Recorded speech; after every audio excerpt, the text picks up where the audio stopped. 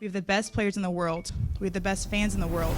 But right now, we have the worst leadership in the world. Minnesota Lynx star Napheesa Collier dropped what many are saying is the most explosive exit interview in WNBA, or if not sports, history. She criticized league leadership, accused the commissioner of being dismissive, and laid bare deep frustrations about officiating, compensation, and accountability. But why did she say what she said, and why is this moment so big for the WNBA? Let's break it all down. The presser happened after Napheesa Collier and the Minnesota Lynx were eliminated from the WNBA playoffs after a contentious series where Napheesa Collier suffered a ligament injury after a controversial no-call play in Game 3, which led to Lynx head coach Cheryl Reeve getting her second technical foul and being ejected from the game. The league then suspended Reeve for Game 4, and Napheesa Collier also missed the game due to her injury. The Lynx would go on to lose that critical Game 4. It's also important to note that Collier isn't just the star player of the Minnesota Lynx. She's the vice president of the executive committee of the Players Union, and she's the co-founder of Unrivaled, a 3-on-3 basketball league that operates during the off-season of the W. So this move wasn't just a frustrated player after a tough loss, this was a strategic move in a bitter negotiation between the league and the WNBA Players Association over the new collective bargaining agreement. So let's go over what she said and why it matters. Collier started her statement unequivocally putting the league leadership in her crosshairs.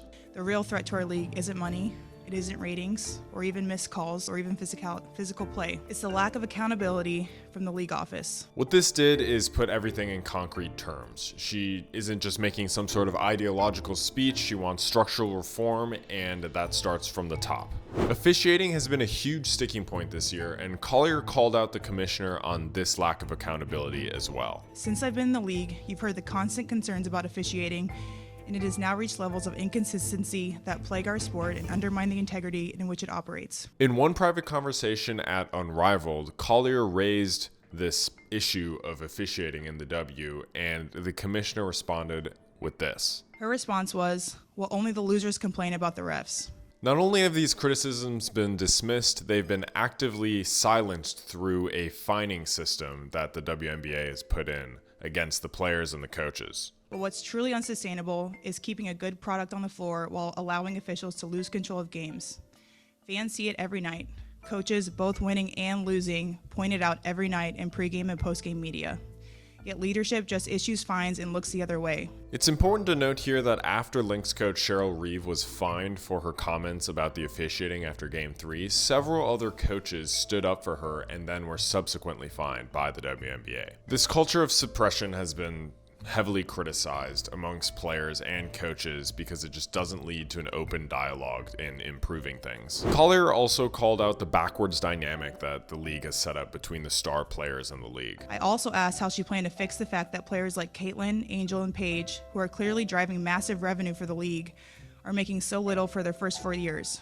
Her response was, Caitlin should be grateful she makes $16 million off the court, because without the platform that the WNBA gives her, she wouldn't make anything. And in that same conversation, she told me, players should be on their knees thanking their lucky stars for the media rights deal that I got them. I mean, clearly Caitlin Clark doesn't necessarily need the WNBA as a stage. She was making a ton of NIL money in college, and if you remember, the Big Three, Ice Cube's Big Three, offered her a ton of money to come join his league. And actually, the only reason that Engelbert was able to negotiate a higher media rights deal was because of players like Caitlin Clark, Angel Reese, and Paige Bueckers boosting the popularity of the league. Collier also got personal. When Collier was injured in this controversial no-call, she heard from a ton of players and coaches around the league, but notably someone was missing. But do you know who I haven't heard from? Cathy. Not one call, not one text. Instead, the only outreach has come from her number 2 telling my agent that she doesn't believe physical play is contributing to injuries. All of this, including Napheesa Collier's anecdote here, suggests that leadership is disconnected from the players that they are supposed to be representing and protecting. So after this, a ton of players, coaches, and media members have stood behind Napheesa Collier's comments. Commissioner Cathy Engelbert responded in a statement that she is, quote, disheartened by how Napheesa characterized our conversations. She reaffirmed her commitment to the league and players, but didn't directly deny any of the specific claims. Stephen A. Smith called this statement weak and called for the commissioner to step down. Cathy Engelbert, the commissioner of the league, let me say for the record, you should resign. You need to resign. With the collective bargaining agreements looming, all of this could not have been better timed to push the league in the direction that the players want. So could this speech result in structural reform that the players are looking for, including officiating, accountability, and the lack of the fine system? Maybe, but at least for the short term right now, they have their crosshairs trained on Commissioner Cathy Engelbert, and if she goes out, then who knows what happens as far as the CBA goes. So what do you think? Do you think the commissioner should step down? Do you think this was warranted? Let us know in the comments below. Make sure to like and subscribe for more basketball content.